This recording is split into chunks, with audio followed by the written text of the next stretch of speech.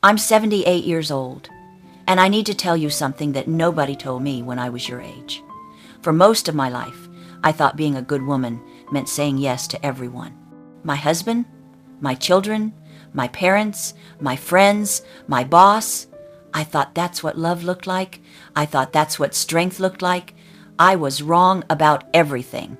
You see, I spent 60 years of my life trying to be perfect. The perfect wife, the perfect mother, the perfect daughter, the perfect employee.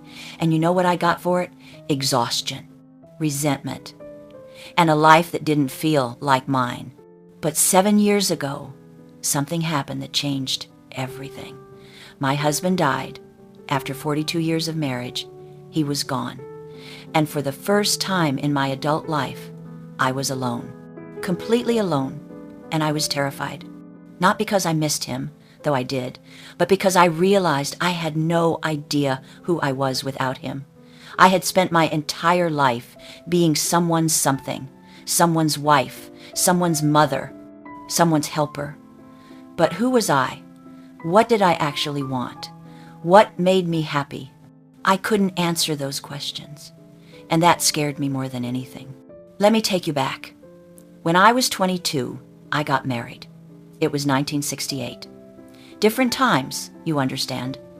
Women didn't have the choices you have today, or at least we didn't think we did. My mother told me, a good husband is all you need. Everything else will follow.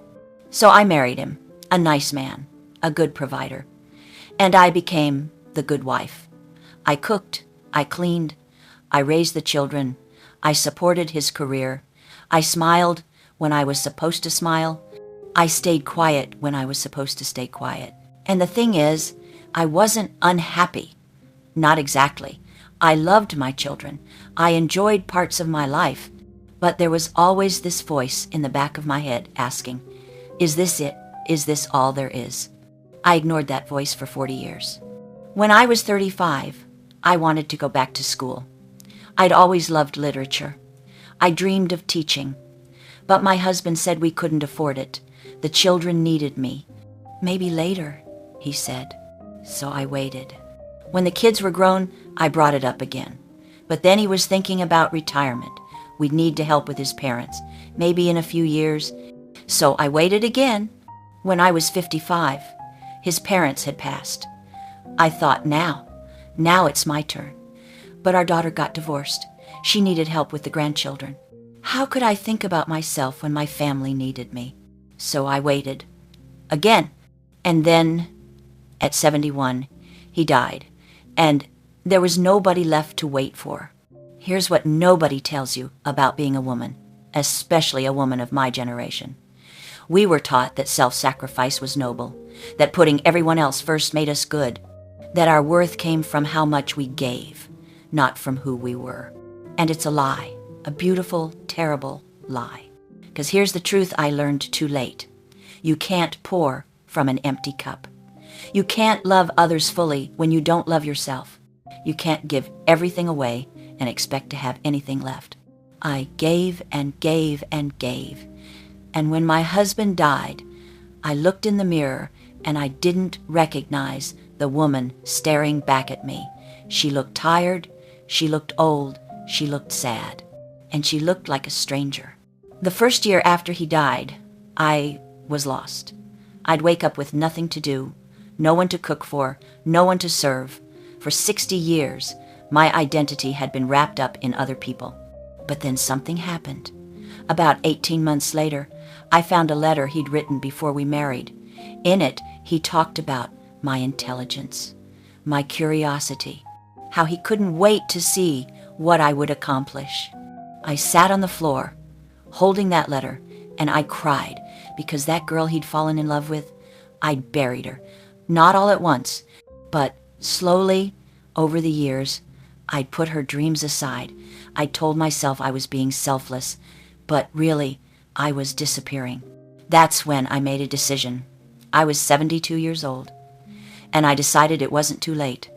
I enrolled in community college, literature classes, art history, philosophy, things I'd always wanted to study.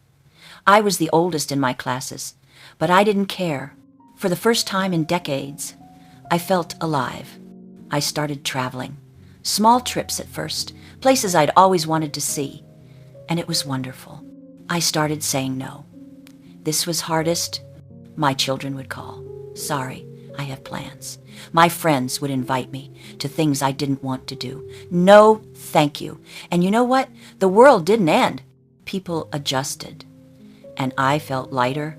I'm 78 now. And I finally know who I am. Not somebody's wife, not somebody's mother, just me, a woman who loves literature and art, who enjoys her own company, who travels when she wants, who says no when she means no and yes when she means yes. But here's the heartbreaking part. I wasted so much time. 60 years of my life I spent being who I thought I should be instead of who I wanted to be. 60 years of putting myself last. 60 years of shrinking myself to make room for everyone else. And I can never get those years back. So let me tell you what I wish someone had told me when I was 20, when I was 30, when I was 40. You are not selfish for having dreams. You are not selfish for wanting things for yourself. You are not selfish for saying no. You are not selfish for taking care of yourself first. You think you have all the time in the world. You think, I'll do it later, after the kids are grown, after I retire, when things calm down. But things never calm down.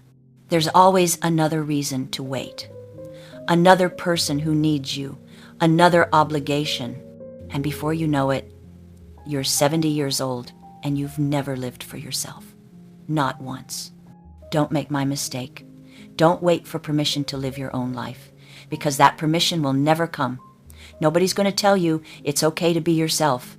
Nobody's going to say, now it's your turn. You have to take it. You have to claim it. If you want to go back to school, go. Don't wait until your kids are older or your schedule is clearer. Do it now. If you want to change careers, change. Don't wait for the perfect moment or until you've saved enough money or until everyone approves. Do it now. If you're in a relationship that makes you feel small, leave. Don't stay because you've already invested so much time or because you're afraid of being alone or because you think it's too late to start over. It's not too late.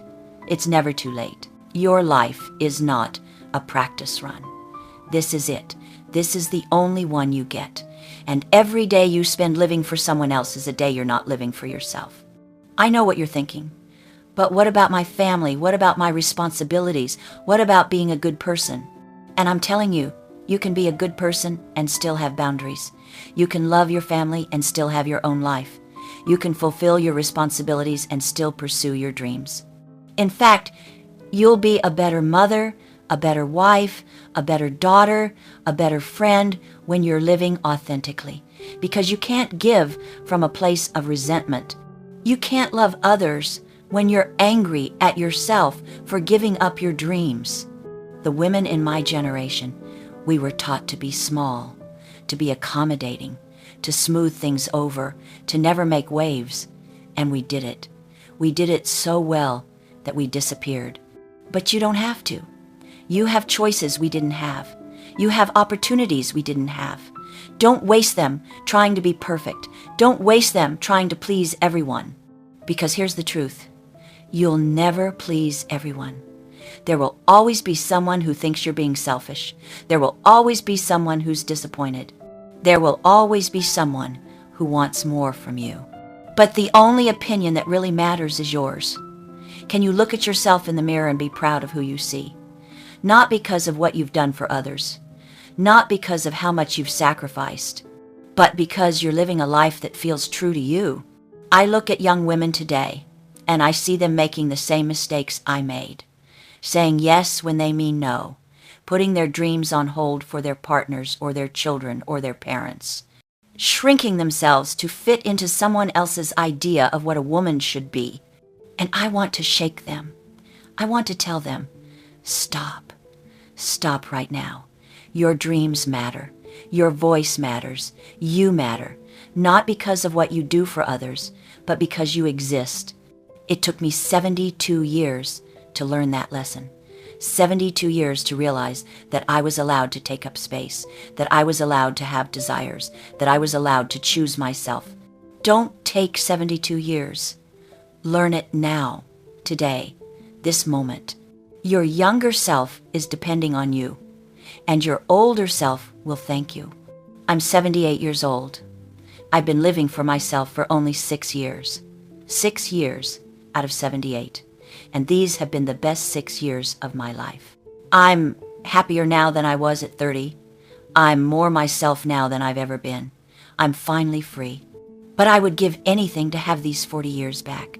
To have started living for myself at 35 instead of 72. To have said no when I meant no. To have pursued my dreams when I first had them. To have taken up space instead of shrinking. You still have time. You have so much time, but only if you start now. Only if you stop waiting for permission. Only if you stop putting yourself last. Your life is happening right now, not later, not when things are easier, not when everyone else is taken care of. Right now. What are you going to do with it? Are you going to live it for yourself? Or are you going to wake up one day at 78 and realize you spent your entire life living for everyone else? The choice is yours. But make it now, because time doesn't wait, and neither should you. If this resonates with you, I hope you'll share it. Not for me, but for every woman who needs to hear this. Every woman who's putting her dreams on hold. Every woman who thinks she's being selfish for wanting more. Every woman who's waiting for permission to live her own life. The permission is granted. Now go live.